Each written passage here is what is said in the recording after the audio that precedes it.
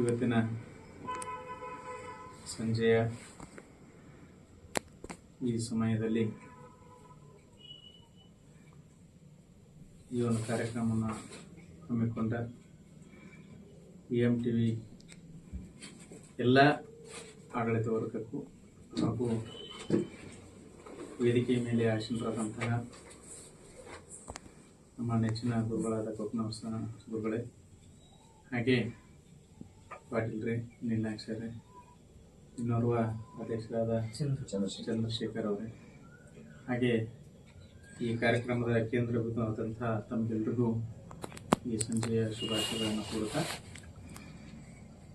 ಇವತ್ತು ನಮ್ಮ ಭಾರತ ದೇಶ ಸ್ವತಂತ್ರಗೊಂಡು 79 ವರ್ಷಗಳಾದವು. ನಮ್ಮ ದೇಶದಲ್ಲಿ ನಡೆತಕ್ಕಂತಹ ಅಹಿತಕರವಾದ ಘಟನೆಗಳನ್ನು, ಕೋಮು ಗಲಭೆಗಳನ್ನು, ದುಷ್ಕೃತ್ಯಗಳನ್ನು, ದುಸ್ಸಾಹಸಗಳನ್ನು, ಈ ಎಲ್ಲ ಅಂಶಗಳನ್ನು ಹೊರಗಿಳಿತಕ್ಕಂಥ ಕಾರ್ಯ ಏನಾದರೂ ಅದು ಯಾವುದು ಮಾಡ್ತೈತಿ ಅಂತಂದ್ರೆ ಮೀಡಿಯಾ ಮಾಡ್ತೈತಿ.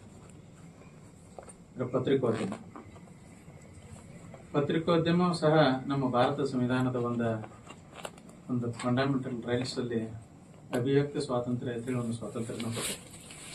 ನಮ್ಮ ಸಂವಿಧಾನಬದ್ಧವಾದಂಥದ್ದು ಇದು ಒಂದು ಅಭಿವ್ಯಕ್ತಿ ಹೆಂಗೆ ಐತಿ ಅಂತಂದ್ರೆ ಇದು ಯಾರಿಗೂ ಅಂದಲಾರದ ಅಳಕಲಾರದ ಮಾಡುವಂಥ ಕೆಲಸ. ಈ ಒಂದು ಕೆಲಸದಲ್ಲಿ ನಾನಾ ತೊಡಕುಗಳು ಬರ್ತಾವ, ನಾನಾ ಆಪಾದನೆಗಳು ಬರ್ತಾವ, ನಾನಾ ರೀತಿಯ ತೊಂದರೆ ತಾಪತ್ರೆ, ಹಣಕಾಸಿನಾಗಲಿ, ಸಾಮಾಜಿಕವಾಗಲಿ, ಆಮೇಲೆ ಧಾರ್ಮಿಕವಾಗಿಯೂ ಸಹ ಸಾಕಷ್ಟು ಏರುಪೇರುಗಳು ಬರ್ತವೆ. ಈ ಎಲ್ಲ ಏರುಪೇರುಗಳನ್ನು ಮೆಟ್ಟಿ ಯಾವ ಒಂದು ಮೀಡಿಯಾ ಅಥವಾ ಪತ್ರಿಕೋದ್ಯಮ ನಿಂದಿರ್ತೈತಿ, ಅದಕ್ಕೆ ಏನಂತಂದ್ರೆ ಈ ನಮ್ಮ ರಾಷ್ಟ್ರ ಮಟ್ಟದಲ್ಲಿ ಸಹ ಅದಕ್ಕೆ ಮಾನ್ಯತೆ ಇದೆ. ಈ ನಾವು ಯಾಕೆ ಈ ಮೀಡಿಯಾವನ್ನ ಸ್ಟಾರ್ಟ್ ಮಾಡಬೇಕು, ಆಮೇಲೆ ಇದನ್ನ ನಾವು ಯಾಕೆ ಮುಂದುವರ್ಸ್ಕೊಂಡು ಹೋಗ್ಬೇಕು, ಇದೊಂದು ಉದ್ಯೋಗ ಅಥವಾ ಇದೊಂದು ಬಿಸ್ನೆಸ್ ಅಥವಾ ಸಮಾಜದಲ್ಲಿ ಇರ್ತಕ್ಕಂಥ ಅಹಿತಕರ ಘಟನೆಗಳನ್ನ ಜನಸಾಮಾನ್ಯರಿಗೆ, ಪ್ರತಿಯೊಂದು ಸಮಾಜದ ಕಟ್ಟ ಕಡೆಯ ವ್ಯಕ್ತಿಗೆ ತಲುಪಿಸುವಂತ ಕೆಲಸವನ್ನ ಮಾಡ್ಬೇಕಾ ಅಥವಾ ಜನರನ್ನ ಜಾಗೃತರನ್ನಾಗಿ ಮಾಡ್ಬೇಕಾ, ಯಾವ್ದು ಮಾಡಬೇಕು ಅನ್ನುವಂತ ಒಂದು ಪ್ರಶ್ನೆ ಉದ್ಭವ ಆದಲ್ಲಿ ನಮ್ಮ ದೇಶ ಮುಂದುವರೆದಿದ್ರು ಸಹಿತ ಆಧುನಿಕ ಜಗತ್ತು ಅಧೋಗತಿಯತ್ತ ಹೊಂಟದೆ. ಕಾರಣ ಇಷ್ಟೇ, ನಮ್ಮಲ್ಲಿರ್ತಕ್ಕಂಥ ಭಾವನೆಗಳು ಬಹಳ ಸಂಕುಚಿತ ಆಗ್ಲತ್ತೆ. ಮೊದಲು ನಮ್ಮ ಭಾರತ ದೇಶ ಅವಿಭಕ್ತ ಕುಟುಂಬ ಪದ್ಧತಿ ಇತ್ತು. ನಮ್ಮಲ್ಲಿ ಅವಿಭಕ್ತ ಕುಟುಂಬ ಪದ್ಧತಿಯಲ್ಲಿ ಒಂದು ಕೋಣೆ ಒಳಗ 16 ಜನರು ಇರ್ತಿದ್ರು. 16 ಮನಸ್ಸುಗಳು ಒಂದೇ ಸೂರಿನಡಿ ಇರ್ತಿದ್ವು, ಒಂದೇ ರೂಮ್ ನಲ್ಲಿ ಇರ್ತಿದ್ವು. ಆದ್ರೆ ಈಗ 10 ರೂಮ್ಗಳಾಗ್ಯಾವ. ಆದ್ರ ಮನೆ ದೊಡ್ಡದಾಗೈತಿ, ಮನಸ್ಸು ದೊಡ್ಡದಾಗಿಲ್ಲ. ಹಿಂಗಾಗಿ ಯಾವಾಗ ನಮ್ಮಲ್ಲಿ ವಿಭಕ್ತ ಕುಟುಂಬಗಳು ಬಂದು, ಯಾವಾಗ ನಮ್ಮಲ್ಲಿ ಸ್ವಾರ್ಥತನ ಅನ್ನೋದು ಬಂತು, ಯಾವಾಗ ನಮ್ಮಲ್ಲಿ ನಂದು ಅನ್ನೋದಂತ ಯಾವಾಗ ಬರ್ತಲ್ಲ, ಆಗ ನಮ್ಮಲ್ಲಿ ಯಾವಾಗ ವಿಭಕ್ತ ಆಯ್ತು, ನಮ್ಮ ಮನಸ್ಸು ಸಹಿತ ಸಂಕುಚಿತ ಆಗಿಬಿಟ್ಟ. ಹೀಗಾಗಿ ಇದೇ ರೀತಿ ನಾವು ಮುಂದುವರೆದ ಹೋದಾಗ ಮುಂದಿನ ನಮ್ಮ ಪೀಳಿಗೆ ಯಾವ ರೀತಿ ಇರುತ್ತದೆ? ನಾವು ಮಹಾತ್ಮ ಗಾಂಧೀಜಿಯವರ ಹೆಸರು ಕೇಳ್ತೀವಿ, ಅವ್ರು ನಮ್ಮ ಅಜ್ಜನೂ ಅಲ್ಲ, ತಾತನೂ ಅಲ್ಲ. ಸುಭಾಷ್ ಚಂದ್ರ ಬೋಸ್ನ ಹೆಸರು ಕೇಳ್ತೀವಿ, ಅವರು ಹಾಗೆ. ನಮ್ಮ ವಂಶದ ಒಬ್ಬ ಅಜ್ಜನ ಹೆಸರು ಕೇಳ್ರೆ ನಮ್ಮ ಹುಡುಗರಿಗೆ ಯಾರಿಗೂ ಗೊತ್ತಿಲ್ಲ. ಪರಿಸ್ಥಿತಿ ಎಲ್ಲಿಗೆ ಬಂದೈತೆ ಅಂದ್ರೆ, ನಮ್ಮ ಮನೆತನದ ವಂಶಾವಳಿ ಎಲ್ಲಿತ್ತು, ನಮ್ಮ ಅಜ್ಜ ಯಾರು, ನಮ್ಮ ಮುತ್ತಜ್ಜ ಯಾರಿದ್ರು, ನಮ್ಮ ಅಜ್ಜ ಮುತ್ತಜ್ಜ ಸ್ವತಂತ್ರಕ್ಕಾಗಿ ಹೋರಾಟ ಮಾಡಿದ್ರ ಅಥವಾ ಇಲ್ವಾ, ನಮ್ಮ ಮನೆತನ ಹೇಗೆ, ಅದನ್ನ ನಾವು ಮುಂದುವರ್ಸ್ಕೊಂಡು ಯಾಕೆ ನಾವು ಹೋಗ್ಬೇಕು ಅನ್ನೋದ್ರದ ಇತಿಹಾಸ ನಾವು ಮರೆತು ಬಿಡ್ಲಾತೀವಿ. ಯಾವಾಗ ನಾವು ಇತಿಹಾಸ ಮರಿತೀವಿ, ನಾವು ಮುಂದೆ ಇತಿಹಾಸ ನಿರ್ಮಾಣ ಮಾಡ್ಲಿಕ್ಕೆ ಸಾಧ್ಯನೇ ಇಲ್ಲ. ಅದಕ್ಕೆ ನಾವು ಇತಿಹಾಸವನ್ನು ಯಾಕೆ ಅಧ್ಯಯನ ಮಾಡಬೇಕಂದ್ರೆ, ಗತಕಾಲದ ವೈಭವ ಯಾವ ರೀತಿ ಇತ್ತು, ಗತಕಾಲದಲ್ಲಿ ಆಡಳಿತ ಹೆಂಗಿತ್ತು, ಸಾಮಾಜಿಕ ವ್ಯವಸ್ಥೆ ಹೆಂಗಿತ್ತು, ನಮ್ಮ ಕುಟುಂಬ ಪದ್ಧತಿ ಹೆಂಗಿತ್ತು, ನಮ್ಮ ಕುಟುಂಬ ಪದ್ಧತಿಯಲ್ಲಿ ಇರ್ತಕ್ಕಂಥ ಮನಸ್ಸುಗಳು ಹೆಂಗಿದ್ವು, ಅವುಗಳನ್ನ ನಾವು ಮೊದಲು ತಿಳ್ಕೊಬೇಕಾಗ್ತದೆ.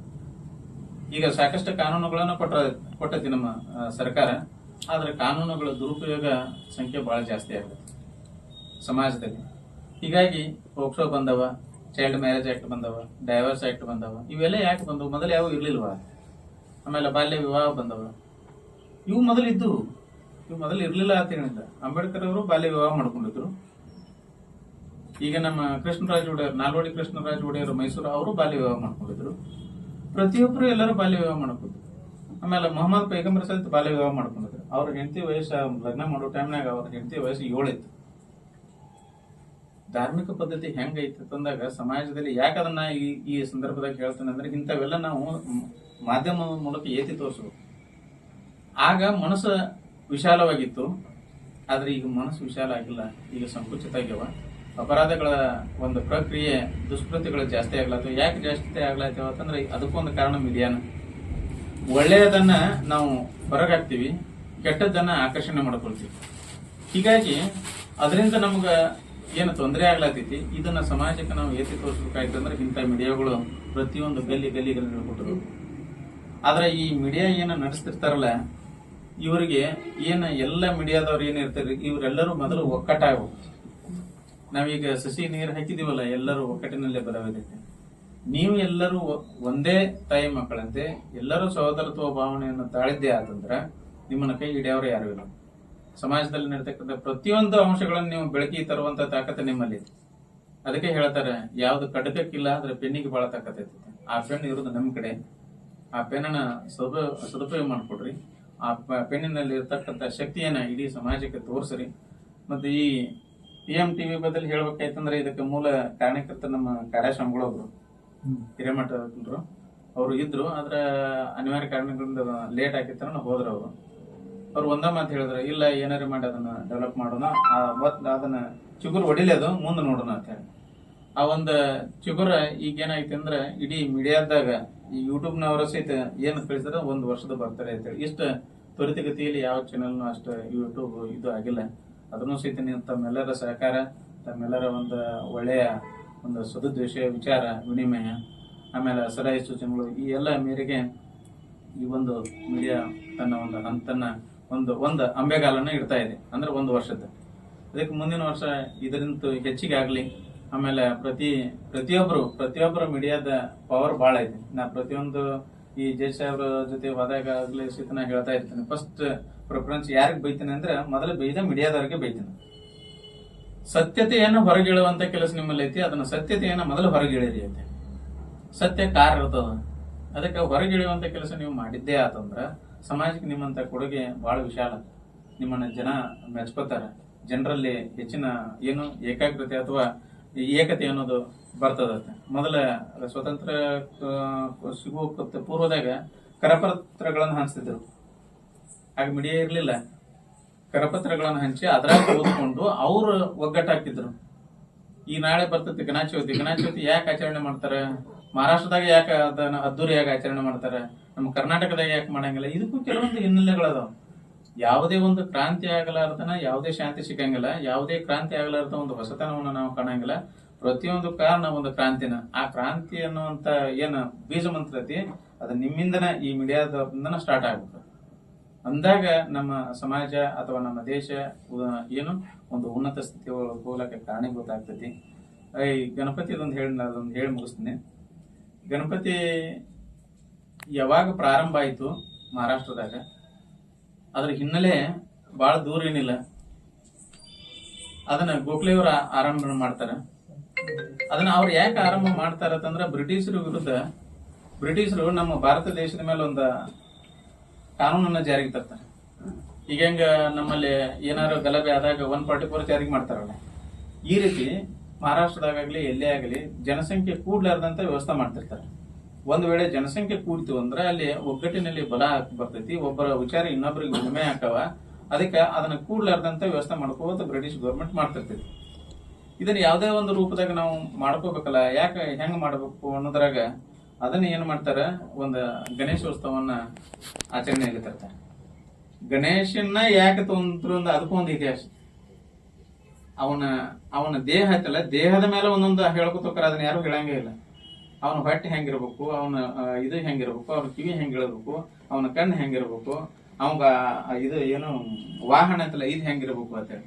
ಆಗ ವಾಹನ ನಮಗ್ ಬಾಳ ಸಣ್ಣ ಇದ್ದು, ಇದಕ್ಕೆ ಸೈಕಲ್ ಮೋಟರ್ ಇರ್ಲಿಲ್ಲ, ನಡ್ಕೋತಾನ ಹೋಗ್ಬೇಕ. ಅದಕ್ಕೆ ಸಿಂಬಾಲ್ ಇಲಿ ಅದು. ಅದನ್ನ ಯಾರು ಅರ್ಥನ ಮಾಡ್ಕೊಳಂಗಿಲ್ಲ. ಅದ್ರ ವಾಹನ ನಮಗ ಹೋಗ್ಬೇಕಾದ ಕಷ್ಟಮಯ ಆಯ್ತದ. ಗಣೇಶನ ಆಕಾರ ಬಾಳ ದೊಡ್ಡದು, ಅದ್ರ ಇಲಿ ಮೇಲೆ ಹೋಗ್ಕಂದ್ರೆ ಸಾಧ್ಯತೆ ಯಾರಾದ್ರೂ ನಂಬ್ತಾರ? ಯಾರು ನಂಬಂಗಿಲ್ಲ. ಬರೇ ಅವನ ಕೈ ಇಟ್ಟರೆ ಹೋಗತಿ, ಬರೇ ಒಂದು ಒಂಡಿ ಹೋಗದ್ರ ಇಲಿ ಸಾಯ್ತೈತಿ. ಆದ್ರೂ ಸಹಿತ ಇಲಿ ಅವನ ಭಾರನು ಹೊರ್ತೈತಿ ಅಂದಾಗ ಎಷ್ಟು ಸಣ್ಣದೈತಿಲ್ಲ ಇಲ್ಲಿಂದ ನಾವು ದೊಡ್ಡದು ಮಾಡೋಣ ಅನ್ನುವಂತ ನಿಟ್ಟಿನಾಗ ಅದನ್ನೆಲ್ಲವನ್ನು ಬಹಳ ಸೂಕ್ಷ್ಮವಾಗಿ ಅವನ್ನ ಅವಲೋಕನ ಮಾಡಿದಾಗ ಅದರ ಸಿಂಬಾಲ ಇಲಿ ಕೊಟ್ರು. ಎಷ್ಟು ಸಣ್ಣದೈತೆ ಅದ್ರ ಮೇಲೆ ಏನಾಗ್ಬೇಕು ಅವನು.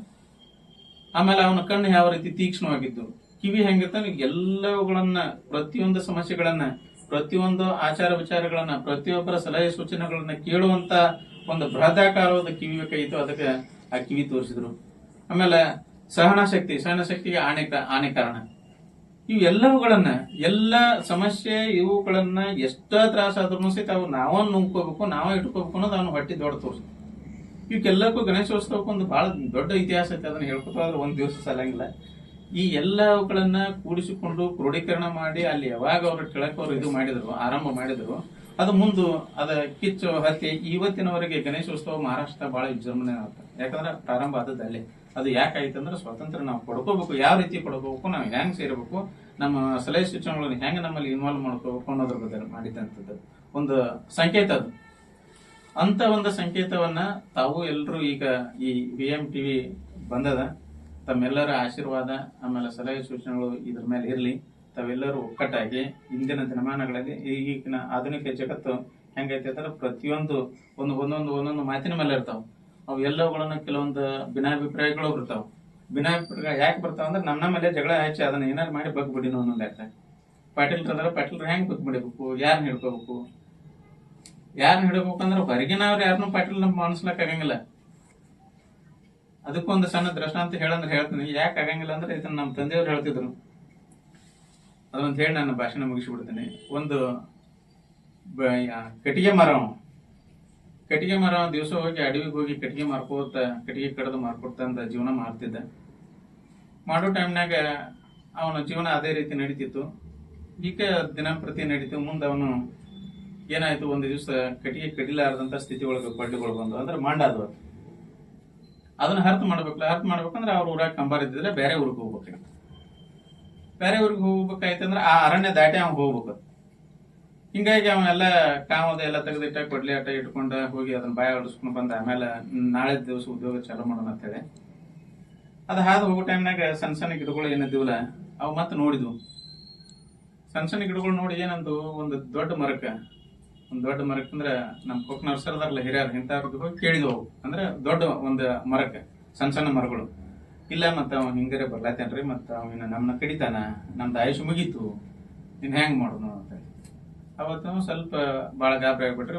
ನಾ ಒಂದು ವಿಚಾರ ಹೇಳ್ತಾನೆ, ಅದಕ್ಕೆ ಕೇಳ್ರಿ. ಅದ್ ಅವೇನು ಬರ್ಲಾತೇನ ಅದು ಕನ್ಫರ್ಮ್. ಅವ್ನ ಕೈಯಾಗ ಕೊಡ್ಲಿನ ಅದ ಅದು ಬರೋಬ್ರಿ. ಅವ ಏನ ಕೊಡ್ಲಿ ಅದಾವಲ್ಲ, ಕೊಡ್ಲಿ ಒಳಗ್ ನಮ್ಮ ಯಾವ ಸೇರ್ಯಾನ ನೋಡತ್ತದ ಯಾವ್ದು ದೊಡ್ಡ ಮರ, ಅವ್ರ ಒಳಗ್ ನಮ್ಮ ಯಾವ ಸೇರ್ಯಾನ ನೋಡು ಅಂದ್ರ ಅಂದಾಗ ಅದ ಸಣ್ಣ ಅಂತ ನಮ್ಮ ಯಾವ ಸೇರಿಲ್ಲ ಅಂದ್ರೆ ನಿಮ್ಗೆ ಏನೋ ಅಪಾಯ ಆಗಿಲ್ಲ, ಸುಮ್ಮಿದ್ದು ಬಿಡ್ರಿ ಅಂದ್ರ ತಾತ್ಪರ್ಯ ಇಷ್ಟೇ. ನಮ್ಮವರಿಂದ ನಮಗ್ ಮೋಸ ಆಕತಿ ಹೊರತಾಗಿ ಹೊರಗಿಂದ ಮೋಸ ಆಗೋದು ಬಹಳ ಕಡಿಮೆ. ಆ ಕೊಡ್ಲಿಕ್ಕೆ ಅವ ಜರ್ ಅಲ್ಲಿ ಇತ್ತು ಅಂತಂದ್ರ ಅವ್ ನಮಗ್ ಮೋಸ ಆಕತಿ. ಕೊಡ್ಲಿಕ್ಕೆ ಕಾವನ ಇಲ್ಲ ಅಂದ್ರೆ ಅವ್ ಏನ್ ಎಷ್ಟು ಕಡೆ ಅವನ ಸಾಧ್ಯನೇ ಇಲ್ಲ. ಹಂಗ ಎಲ್ಲಾ ಮೀಡಿಯಾದವ್ರಿಗೆ ನಾನೊಂದು ಕಳಕಳಿ ವಿನಂತಿ, ಏನೇ ನಿಮ್ಮಲ್ಲಿ ಭಿನ್ನಾಭಿಪ್ರಾಯ ಬರಲಿ, ಏನೇ ಸಹಿತ ನೀವೆಲ್ಲರೂ ಒಕ್ಕಟ್ಟಾಗಿ ಏನೋ ಒಂದು ಯುಗವನ್ನು ತಾವು ಪ್ರಾರಂಭ ಮಾಡ್ಲಿ, ನಿಮ್ಮಿಂದ ಆಗ್ಲಿ ಅಂತ ಹೇಳಿ ಹಾರೈಸ್ತಾ ಇವತ್ತಿನ ದಿವಸ ನನ್ನನ್ನು ಕರೆಸಿ ಮಾತನಾಡಲಿಕ್ಕೆ ಅವಕಾಶ ಕೊಟ್ಟ ತಮ್ಮೆಲ್ಲರಿಗೂ ಇನ್ನೊಮ್ಮೆ ಧನ್ಯವಾದಗಳನ್ನು ಅರ್ಪಿಸಿ ನನ್ನ ಮಾತು ಮುಗಿಸ್ತೀನಿ. ಜೈ ಹಿಂದ್.